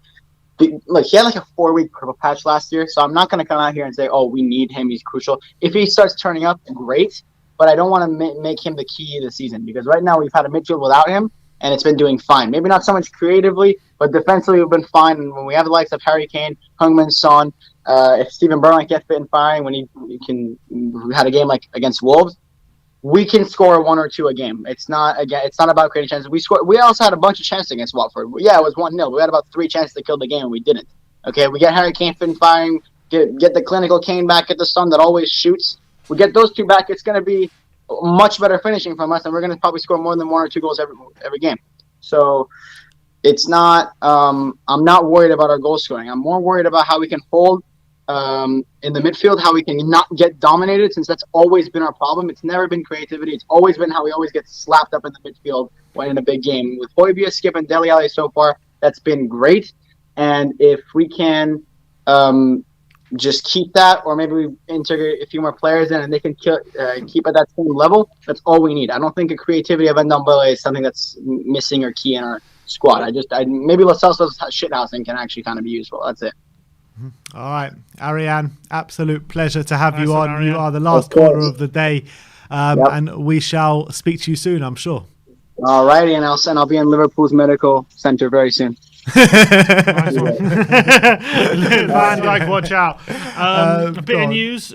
A bit of news on Carter Vickers. Alistair claiming when Spurs extended technically he extended his contract last year, which Spurs pushed on the club's option for a further year. So the same will happen again with this move. So his contract won't be up next year. So he's back again next summer. Can't wait for pre-season next summer. But he is. Who's in the back there? That's Ariane, I think, still. Oh, it's Ariane still. So it looks like he is set to join Celtic on a season. Bloody Carter Vickers is going to be like 25 before he leaves us. It's incredible. He's going to be nearly halfway to 30. He'll be nearly 30. I'm nuts. And also, Chelsea have announced Saul on a season-long loan, so that deal has gone through. So that's that deal there, and looks like Griezmann as well. That's also gone. He's going to go on loan with an option to buy for 40 million euros. So that's also done. So there's some late action there in the window, but not very exciting for Spurs. Maybe it just makes Chelsea's title charge even that more stronger against all for the door. All right, well, that is our transfer deadline stream. It is nearly midnight here in the UK. Let me just rerun with you the Spurs transfers this summer. So it's Pierluigi Golini in goal, Christian Romero centre-back, Brian Hill as an attacking midfielder, Papa Mate Sarr has gone back on loan to Met, Emerson Royale obviously as a right-back, and we've sold Juan Foyth, Toby Alderweireld, Moussa Sissoko, Joe Hart and Lamela. Released Gazaniga, Rose and Serge Aurier, and also Cameron Carter-Vickers has gone out on loan, expected to be back next year. it's been a resounding like kind of 6 out of 10 from everyone that's called in, isn't it? But I think also what's maybe what shouldn't be overlooked is maybe not necessarily what the quality we have in the squad, but maybe what we've also been lacking maybe the past couple of years is the hunger. And not just the younger players, 100%. but players who need to impress, players who want to prove themselves. A younger, fresher team. For example, the likes of Sessegnon, the likes of Skip. Tanganga's going to get more game time this year. Players who are really hungry to fight for the shirt. And add that into the likes of Højbjerg, who we know how much he when he's on the pitch, how much he fights. And then someone like Romero, who's so super aggressive. And like Reguilon, who was super aggressive previously at Sevilla. And then you got the front three of Bergwijn, who wants to prove himself, Gil as well. So I think that kind of sense, a hungrier squad could maybe be a real benefit to us. And getting the likes of Sissoko, Aurier, Lamela, Alderweireld, players who've just been here so long and it's gone stale for them, getting them out of the club and getting that fresher approach hopefully could lead to more success on the pitch. However, the quality might be lacking. That's what might hold us back. But at least I think we're not going to see depth. But we're not going to see a team this season, in my opinion, that like last season where you felt like there's more to give. Yeah, I feel like this season's going to be different. Just roll over. Yeah. I don't think we'll see us roll over too many times. It looks like the mentality is right this season. It looks like Nuno is getting the players on side. So, I mean, we could be in for a good season this year. I'm quite happy with the way we've kind of done business. I'm happy with the kind of squad as it is. There's definitely room for improvement. But like I said before earlier on in the stream, it was highly unlikely that we were going to get this whole rebuild done this summer. It started off last summer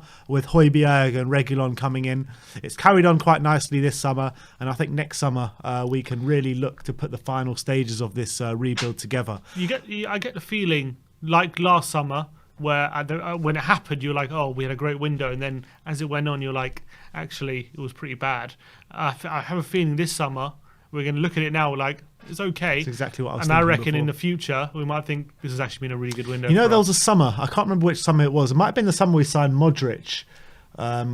We signed loads of young players around that time, and like that season they just didn't hit it for us. And then a few years later down the line, we were thinking, you know what, that window was actually really good. Yeah, I can't remember which window it was. Modric in, so I think maybe Bell a year before, but we got 2 points from 8 games at first. And we were like, oh my god, we had the worst transfer window. All these players are such crap. And then a year later, we're just like, wait, we got a few worldies here. Yeah, they're quite good. Exactly. Yeah. So I'm thinking that hopefully that's the thing. There's right now it's still a bit like, are we lacking? There's still a lot of question marks, but there's also a bit of excitement because there's also a lot of potential. That if we can maybe unlock the potential that hasn't been unlocked yet and add hungrier players and bring younger, fresher players as well, maybe we can surprise a lot of people, and that's what you got to hope for. We can surprise people and even surprise us. Yeah, that's what you got to hope for. We'll have to wait and see. It could be an exciting season, but then again, if you're trying to anticipate things, I don't think we're going to achieve what we want to this year. Yeah, I don't think so. But in view to definitely making steps towards that anyway. And I think we finished 5th this season. I think it'll be a good season. It shows. I think it shows signs of progression, especially with Nuno's first year here. If he can build on that for next year, then we're in the game, aren't we? Maybe a trophy as well. You never know. Well, why can't we go for a domestic cup? There's no reason. No reason. I mean, why not. I say that every year. There's no reason. But look, thank you everyone for joining us today. I see Cody Mack there in the comments. Big up yourself. Big up, Cody. But thank you everyone for watching. That is a transfer window done and dusted. We move on to the international break this week. Well, Simeon, Sim's taking a few days off this week, so you're going to be stuck with me and John for the remainder of the week. Ben and John with a hot spot. I'm going to be tuning in for that one. I'm tuning in for that one. But look, everyone, thank you everyone. Like, subscribe and comment. And as always, come on you Spurs.